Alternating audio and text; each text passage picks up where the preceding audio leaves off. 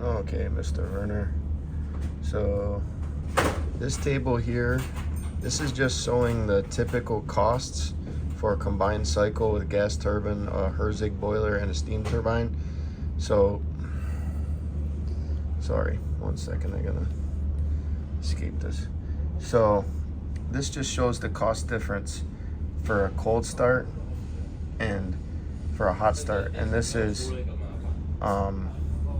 what we're looking at here is your typical MMBTUs per megawatt, right? And so we've got about a 21% fuel savings just by converting a cold start to a hot start, right? And then you see there's also a little 10% savings or so, maybe even more, right? More like 18% from between cold and warm start. So that's a direct cost savings, right, by having a warming system. You know what that is? That's just one of the main examples of our HMI screen. You know, we have the set points for the different areas of the turbine that are color coordinated, right? In the middle you have the inlets, right? This is all labeled on the boxes. And here we have the signal exchange, you know, permission from the customer if we can warm or not. And then simple, you know, is heating active and do we have an alarm? And then the total power that we're putting out to the turbine. Right?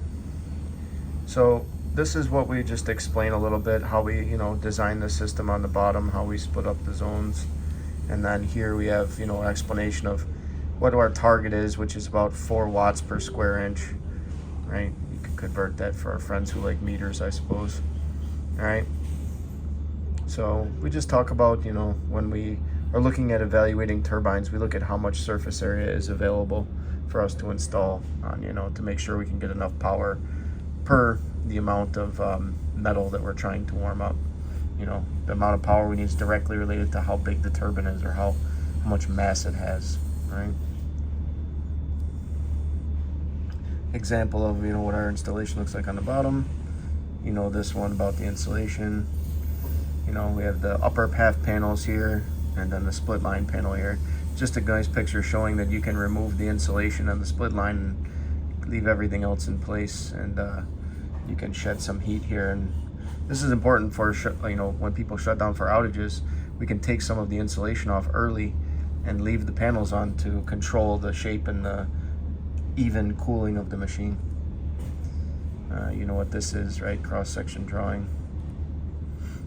This is a drawing of the specific turbine that this case study was done on. Has a double shell just right here in this one area of the HP casing. So it's got a little section about 5 stages of the inner HP. This one is just to, you know, to note that these are the metal temperatures that we're looking at for the first stage, right? Inner and outer. So we have inner casing metal temperature and we have outer casing metal temperature at the first stage, right? So example here, this is before they had warming. You know, the unit cools down, and just to explain to people graphically that with steam turbine warming, it's only cooling down to a certain point and then it evens out. So, and then we maintain these little drops here were because we were commissioning the system, so we let it go a little below and then we brought it back up just to see how much power it takes to do that. Okay. So for the period we were looking at here, shutdown period was around 60 hours long, right, from this turbine speed in the red. So turbine speed to 0, turbine speed back up. Or sorry, generator. This is not turbine speed, this is power. So generator power, right? And then you have differential expansion here. So note that our warming system became active right around this time.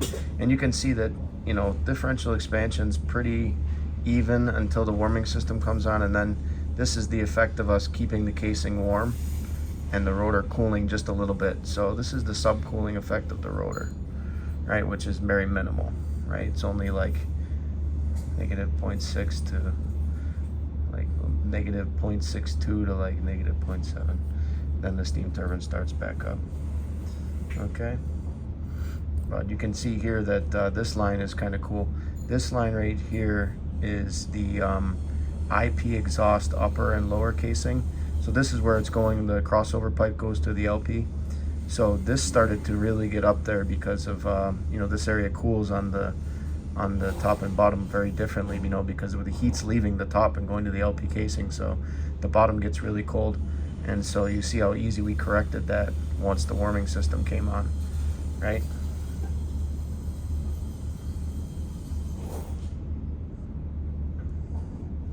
Yep, again, this chart is just explaining, you know, the differences in the bowl temperatures, right?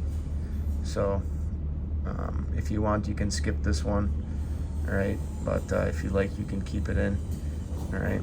But we have here the power out. So you can see here her heating zone 2, and heating zone 2 in this machine, heating zone 2 is the inlet area, right? That's one of the more important areas. So if we look down here, you see heating zone 2 becoming active, and you see even in the hottest part of the turbine, the heating zone is only using less than 50% power to maintain everything, right? And then we've got the reheat bowl, inner and outer metal temperature difference, and you can see this is well below tolerance, like around 25 F, right? As well, there's really no, all these other ones, right? The first stage metal temperature difference is only like 10 degrees different, very small, right? So all of these guys are well below the 50 that we have tolerance for in the control system. So when it comes to maintaining upper and lower differential, we do it perfectly with very low power, right? So you can see here we're holding about 725 F on the outside. Or sorry, the inside of the machine.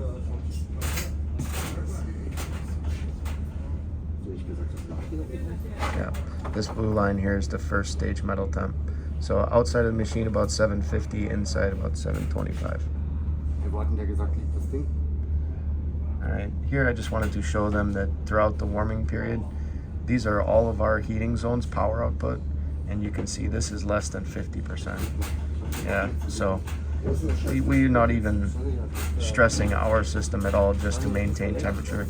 So in total is about 230 kilowatts or so, and we are operating at like around 80 kilowatts, right? And then you see here during this time, we're controlling differential expansion. It's not changing, it's only going up and down 0.01.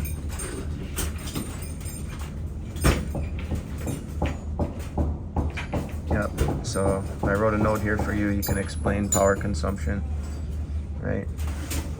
So here, explain the differential expansion. Next slide, talk about the power consumption, right, being very low.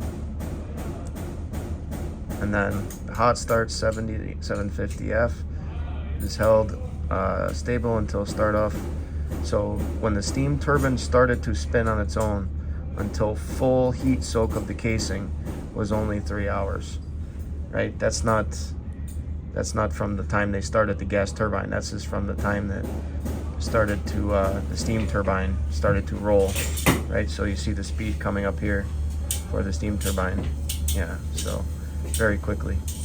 And then here, steam turbine roll off to power, to full power on the generator, right, is only like 60 minutes. So that's very good. No holds, basically. All right, this is the money chart. Okay, here's the date. This is the shutdown time. So this is how long the plant was shut down before it started again, here in this column. This is the startup configuration. So this, the first number is how many gas turbines they started, and then the steam turbine, right? So they have 3 gas turbines here. So this start was 2x1, this start was 2x1, this one was 3x1, 2x1, 1x1. Okay, so this is the first number is how many gas turbines they started, right? The second number represents the steam turbine. The first number here, the first time here, is when they started to start the plant, and then this is when the startup finished. And then here's the total time in hours. Okay, 3 hours and 40 minutes for this start, 3 hours, 40 minutes, 4 hours for that start, okay, and that was a 3x1, okay, 3.5, 3.2 hours, 3 hours, 3 hours, 3 hours, so well under the 6 hours that it used to be, right, for especially for these durations, right. This one right here was a 240-hour shutdown, right, and it only took them 3.5 hours to start the plant up in 2x1 configuration, right. And this also things that could have happened in the plant that might have delayed some things, but here's the column for the gas used, and this was the gas price on those days, and then this is the gas cost, okay. And what you're doing is they're comparing this cost, okay, to the estimated gas cost down here for the same start. So column 1 here, 620, is this first line here, same, okay. So estimated gas cost would have been $27,916 based on the previous history, and this time it was $14,446, and that yielded them that savings, right? So gas savings, right? And then this all adds up. So you have CO2 tons this time, 372. Before it was 720. So little, almost half, right? About half. Reggie cost, which is, this is the tax. The Reggie is the tax that they pay based on how much CO2 tons they produce. All right, and this is specific to New Jersey, right? So, and then there's a cost for that. So previous cost for the start was $10,800, right? Now it's half, right? $5,208, right? EBH, all right? Don't talk about that one; it's very confusing. All right. NH3 is ammonia use. So when the plant is starting up, sometimes they have to use ammonia. All right. So before it was 187. All right. This is like gallons. And then this time, they don't say, okay, they don't have a track for this one.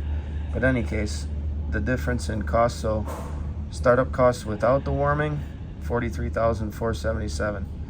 And the total cost savings is $21,089.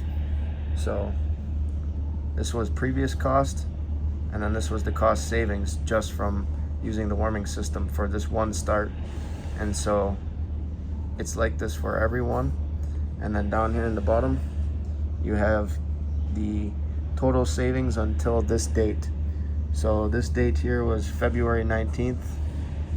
So from basically December until February, which is 3 months, the plant saved $238,930, right, which is, you know, basically what, a quarter of the cost of the warming system.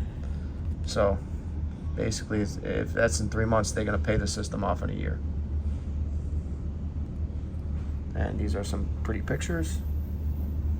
That's it.